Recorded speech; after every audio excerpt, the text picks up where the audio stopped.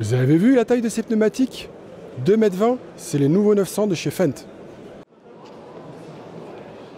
Nous sommes sur le stand Fendt pour découvrir avec Olivier Leroy, responsable marketing, la nouvelle gamme 900 Vario. Olivier, bonjour.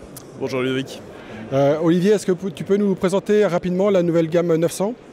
Alors en fait, la nouvelle gamme 900, donc cette dernière a été dévoilée début juillet, et donc à la presse internationale, et en fait elle comprend différents modèles qui va du 930 au 942, donc le modèle qui est juste derrière nous et qui atteint 415 chevaux.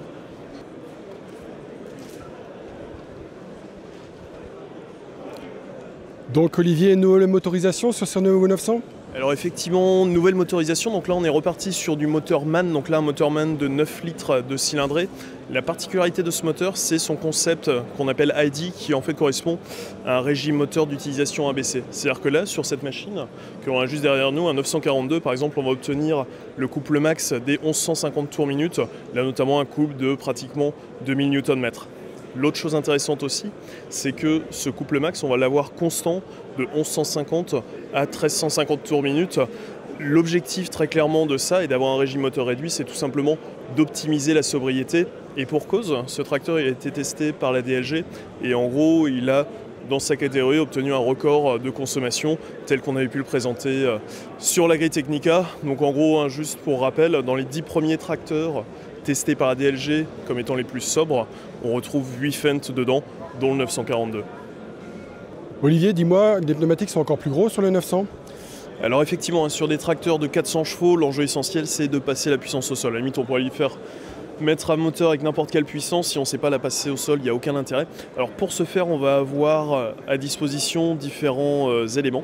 Alors le premier, là, par rapport à la précédente génération de 900, là on a un diamètre de pneumatique qui a encore augmenté. Là aujourd'hui, on peut mettre des pneumatiques de 2,20 m. Après, on a aussi la possibilité, alors au même titre, aujourd'hui ça devient un peu un lieu commun chez Fendt, mais on a toujours la possibilité d'intégrer le télégonflage VarioGrip, donc modulation de la pression vraiment en fonction des éléments de terrain. On a aussi le lestage toujours modulaire, là on peut voir celui-ci, là, 1 tonne dans chaque roue arrière, lestage aussi à l'avant. Pour ce faire, on a aussi toujours le système grip assistante qui dans le terminal va être capable de dire ok, en fonction de tel paramètre, pour aller par exemple à 10 km/h sur un outil de déchômage, je vais devoir mettre tant de masse dans les roues, tant de pression dans les pneus et ainsi de suite. Et après on a notre ultime arme sur ce tracteur, c'est la transmission. Très concrètement, c'est le module du 1000 Vario qui a été intégré dans cette transmission et qui va avoir l'intérêt suivant.